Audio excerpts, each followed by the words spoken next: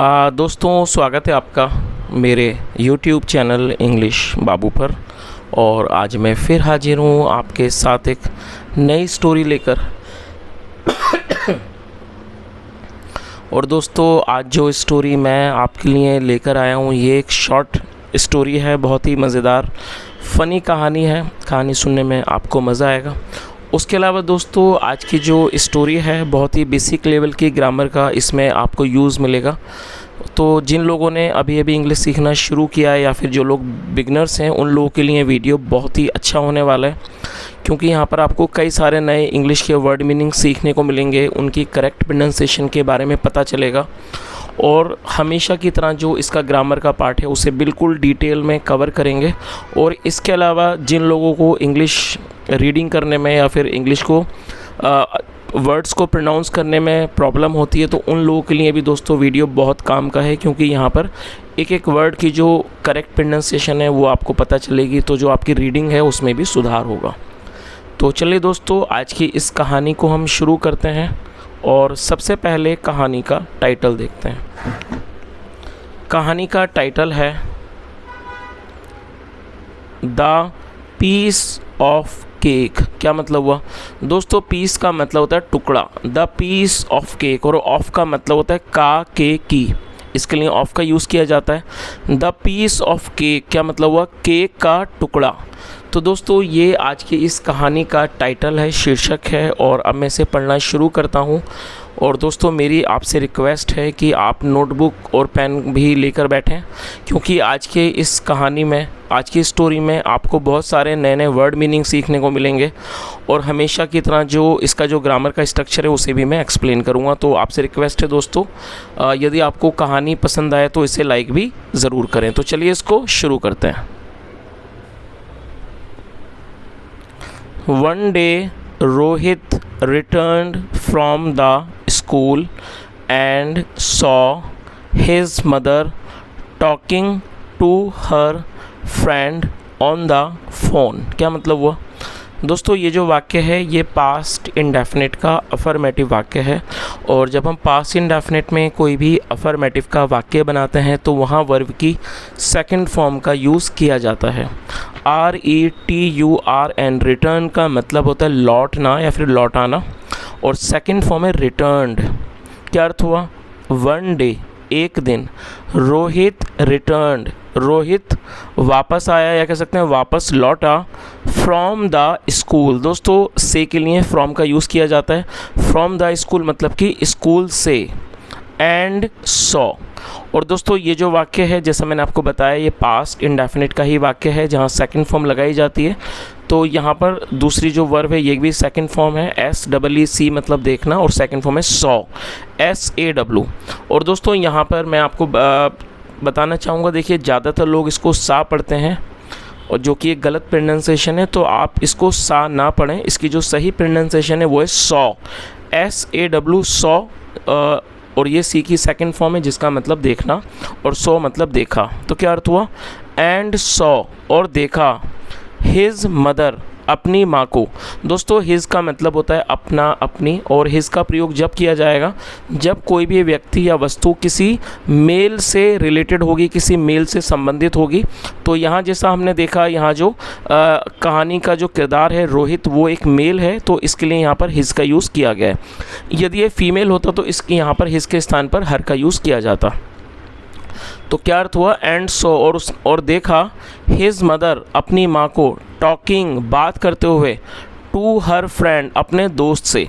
और दोस्तों यहाँ पर हर का प्रयोग क्यों किया गया है? क्योंकि जो मम्मी है वो एक फ़ीमेल है, तो फीमेल से अगर कोई चीज़ रिलेटेड होगी, संबंधित होगी, तो उसके लिए हर का यूज़ किया जाएगा।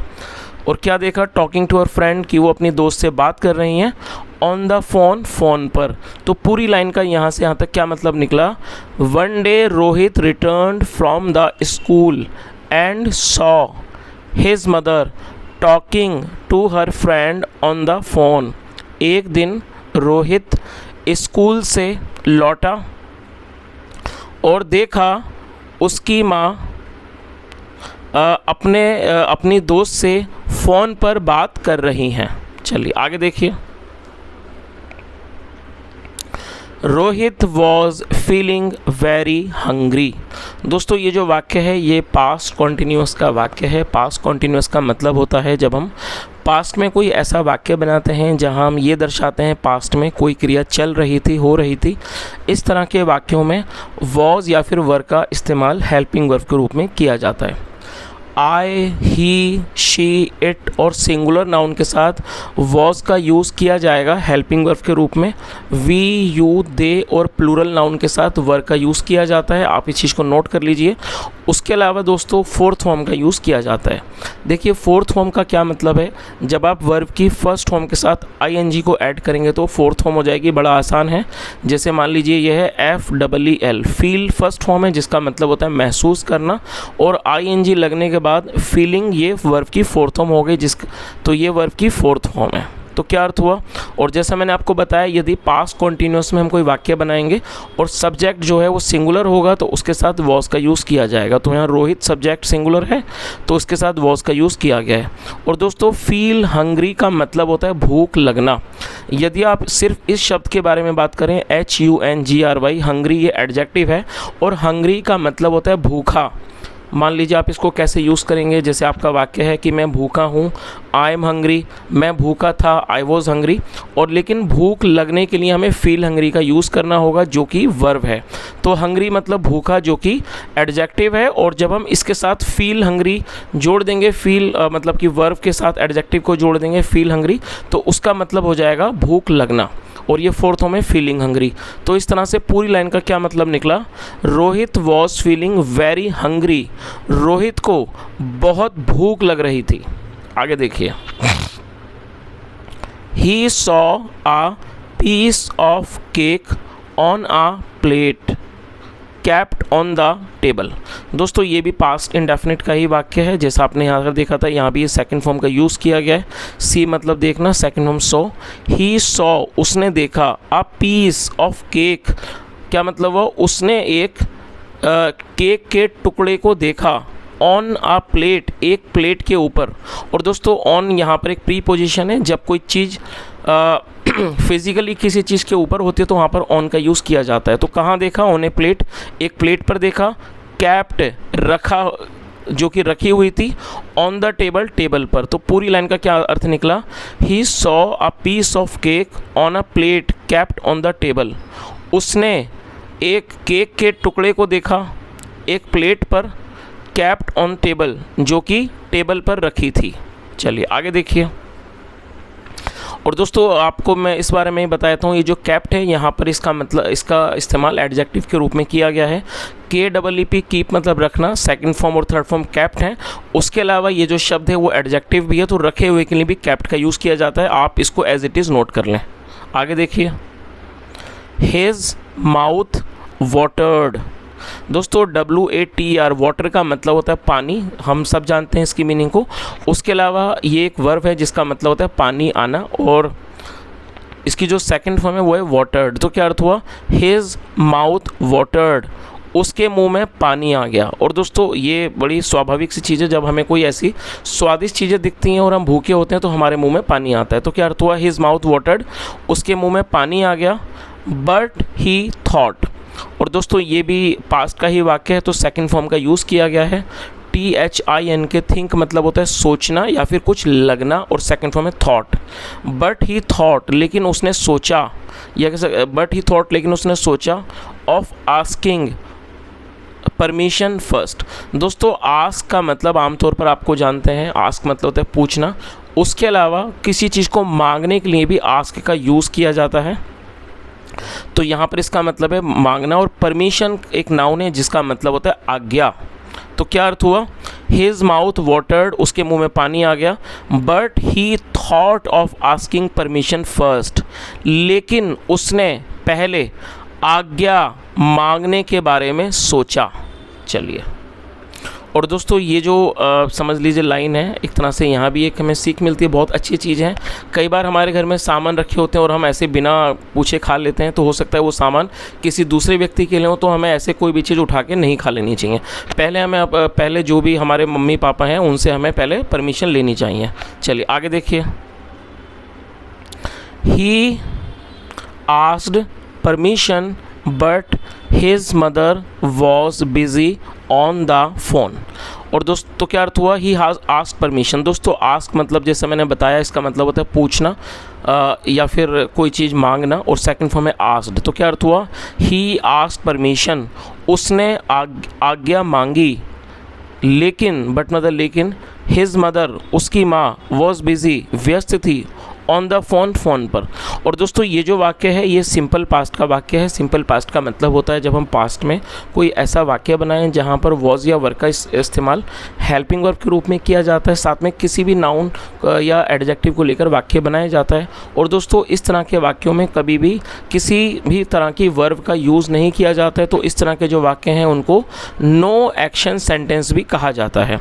और जो ये शब्द आप देख रहे हैं BUSY बिजी, इसका मतलब होता है व्यस्त, जो कि एडजेक्टिव है। तो पूरी लाइन का क्या अर्थ हुआ, ही आस्क्ड परमिशन, उसने आज्ञा मांगी, but his mother was busy on the phone, लेकिन उसकी माँ फोन पर व्यस्त थी। आगे देखिए, आफ्टर अ वाइल। दोस्तों आप इस वर्ड को नोट जरूर कर लीजिए। आफ्टर अ वाइल का मतलब होता है थोड़े समय के बाद, उसे आफ्टर वाइल कहते हैं। आफ्टर वाइल मतलब थोड़ी देर के बाद या थोड़ा समय के बाद। शी रिप्लाइड, रिप्लाई का मतलब होता है जवाब देना, REPLY, और सेकंड फॉर्म में रिप्लाइड। आप चाहें तो इसकी स्पेलिंग को नोट कर लीजिए, REPLIED, replied. After a while कुछ समय के बाद, शी रिप्लाइड, उन्होंने जवाब दिया। आगे देखिए, it's not my piece of cake. तो उन्होंने क्या कहा, it's not my piece of cake. दोस्तों यदि आप इसको मैं ट्रांसलेट करूं हिंदी में तो इसका क्या मतलब निकलेगा, it's not my piece of cake, ये मेरे केक का टुकड़ा नहीं है, ये इसकी मीनिंग लिख देगी। लेकिन दोस्तों यहाँ पर जानने वाली बात यह है कि एक ईडियम भी है। ईडियम का मतलब होता है मुहावरा। जैसे हम हिंदी में कई सारे मुहावरे आपने सुने होंगे, जैसे नाच न जाने आंगन टेढ़ा, इस टाइप के जो मुहावरे होते हैं, तो ये भी एक मुहावरा है जिसका अर्थ होता है कि ये मेरे बस की बात नहीं है। तो यदि आप चाहें तो आप इसकी जो मीनिंग है उसे नोट कर लीजिए। It's not my piece of cake का मतलब हुआ ये मेरे बस की बात नहीं है, तो उन्होंने कहा। लेकिन दोस्तों अगर आप इसको सिर्फ ईडियम ना समझ के यदि आप इसको साधारण तरीके से ट्रांसलेट करेंगे तो इसका मतलब क्या निकलेगा कि it's not my piece of cake मतलब ये मेरे केक का टुकड़ा नहीं है। चलिए आगे देखिए, इट वॉज एन ईडियम, और ये एक उदाहरण, ये कह सकते हैं ये एक मुहावरा था। और जैसा भी मैंने आपको बताया कि मुहावरा था, तो यहाँ भी ये चीज़ लिखी हुई है, इट वॉज एन ईडियम, ये मुहावरा था। विच शी हैड यूज्ड, जिसे उन्होंने इस्तेमाल किया था। इन हर कॉन्वर्सेशन, अपनी बातचीत में। विद हर फ्रेंड, अपने दोस्तों के साथ। दोस्तों इसके बारे में बात कर लेते हैं। यहाँ पर देखिए हैड के साथ यूज़, थर्ड फॉर्म का यूज़ किया गया है। यूज़ मतलब इस्तेमाल करना, प्रयोग करना, थर्ड फॉर्म में used.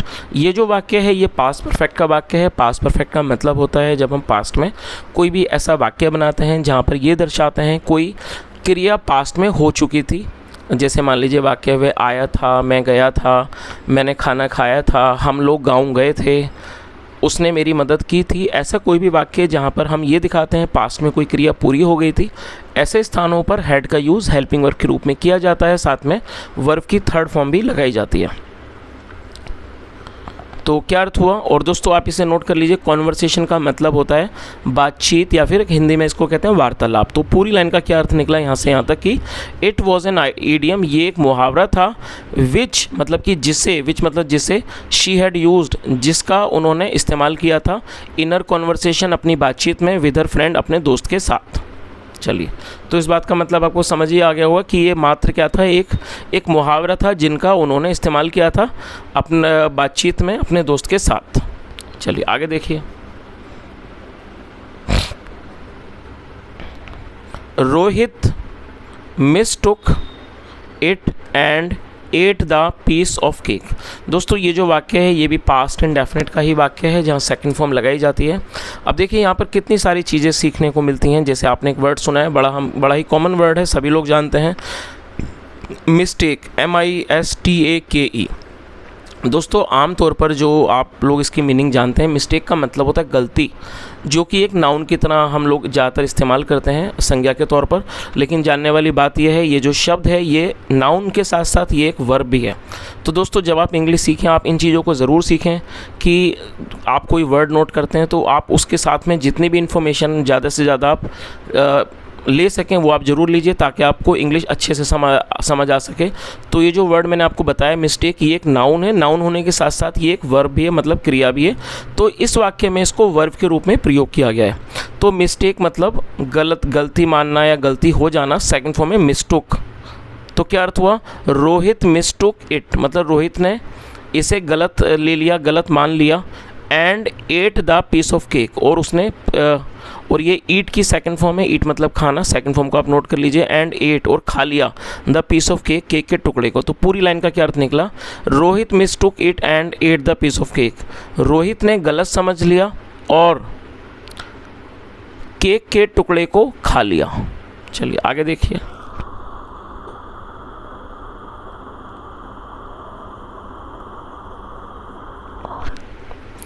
His mother got angry on seeing this।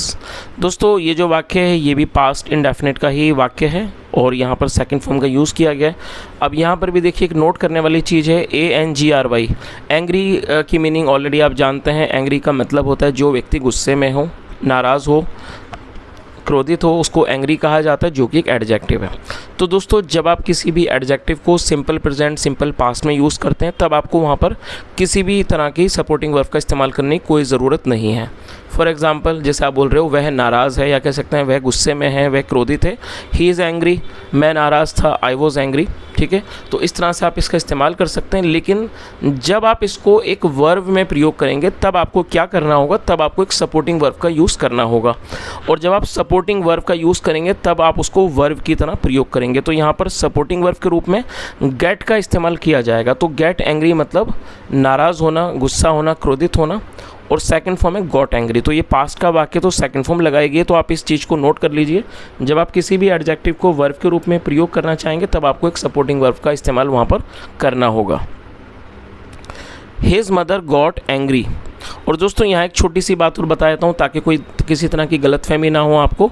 जैसे यहाँ पर गेट का यूज़ किया गया तो ऐसा ज़रूरी नहीं है कि हर एडजेक्टिव के साथ गेट का ही यूज़ किया जाएगा।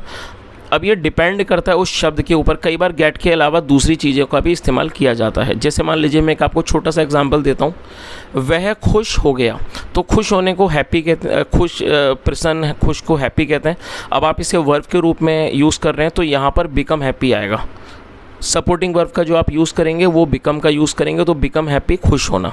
तो इस चीज़ को आप मान के चलें कि जब आप किसी भी एडजेक्टिव को वर्ब बनाना चाहेंगे तो आपको एक सपोर्टिंग वर्ब का यूज़ करना होगा। और जो सपोर्टिंग वर्ब है तो वो हमेशा एक नहीं होगी, वो चेंज हो सकती है। तो क्या अर्थ हुआ? हिज मदर गॉट एंग्री, उसकी माँ नाराज़ हो गई। ऑन सीइंग दिस, ये देख कर। She kept down the receiver. Keep मतलब रखना, सेकंड फॉर्म कैप्ट, और डाउन मतलब नीचे। She cap down the receiver, उन्होंने रिसीवर को नीचे रख दिया। And scolded him, SCOLD, scold मतलब डांटना, सेकंड फॉर्म स्कोल्डेड। तो क्या अर्थ हुआ? She cap down the receiver, उन्होंने रिसीवर को नीचे रख दिया। एंड स्कोल्डेड हिम, और उसको डांटा। चलिए, तो दोस्तों इस तरह से ये कहानी ख़त्म होती है। फ़नी सी स्टोरी है, लेकिन यहाँ पर देखा जाए तो इस कहानी में भी एक अच्छा मॉरल है कि जैसा मान लीजिए मॉरल इसका हम यही कह सकते हैं कि जो ये बच्चा है, बालक है रोहित, जो काफ़ी भूखा था और जब उसने केक देखा तो उसे लगा कि मैं मम्मी से पूछूं। लेकिन उनकी जो मम्मी बात कर रही थी फ़ोन पर, उन्होंने एक ईडियम का प्रयोग किया कि it's not my piece of cake, जिसका मतलब होता है कि ये मेरे बस की बात नहीं है। जबकि उनका जो मतलब था वो केक से रिलेटेड नहीं है जिस बारे में रोहित उनसे पूछ रहा था। तो यदि रोहित इस बात को जानता कि जो मम्मी ने कहा है वो उन्होंने परमिशन नहीं दी, आज्ञा नहीं दी, उन्होंने सिर्फ अपनी बातचीत में किसी को इस मुहावरे का प्रयोग किया है, तो शायद जो रोहित है वो इस चीज़ को मतलब उसे मिस्टेक नहीं होती। लेकिन उस बालक को इस बारे में नहीं पता था, तो उसे ऐसा लगा कि मम्मी ने ये कहा है कि मेरा मतलब कि मेरा केक का टुकड़ा नहीं है। तो उसे ऐसा लगा कि जब ये मम्मी का नहीं है तो चलो मैं खा लेता हूँ, तो उससे गलती हो गई। तो यहाँ पर ये जो कहानी है यही सीख देती है कि हमें अगर जीवन में कोई चीज़ नहीं आती है, किसी चीज़ के बारे में हमें नॉलेज नहीं है, तो हमसे गलतियां हो सकती हैं। तो हमें ज़्यादा से ज़्यादा ज्ञान हासिल करने की कोशिश करना चाहिए, क्योंकि जितना ज़्यादा हम ज्ञान प्राप्त करेंगे हमारा जो जीवन है उतना ही ज़्यादा सरल होगा और हमें उतना ही ज़्यादा, आपने इस बात को भी ज़रूर सुना होगा, जो ज्ञान है वो हमें अंधेरे से निकाल के प्रकाश की ओर ले जाता है। तो इसका मतलब क्या है कि जो ज्ञान है, पढ़ाई लिखाई है, बहुत अच्छी चीज़ है, हमारे जीवन के अंदर खुशियाँ लाती है, हमें एक बेहतर इंसान बनाने में मदद करती है, हमें अंधेरे से निकाल के प्रकाश की ओर ले जाती है। प्रकाश का मतलब ये है ज्ञान का प्रकाश, तब हमें चीज़ों का पता लगता है। तो दोस्तों इस तरह से छोटी सी कहानी थी। यदि आपको पसंद आई हो, आपको अच्छी लगी हो, तो आप इस वीडियो को ज़रूर लाइक करें, शेयर करें, चैनल को भी सब्सक्राइब करें। कोई भी सुझाव हो तो कमेंट में बताएं। यहाँ तक सुनने के लिए thank you so much. Have a nice day and bye.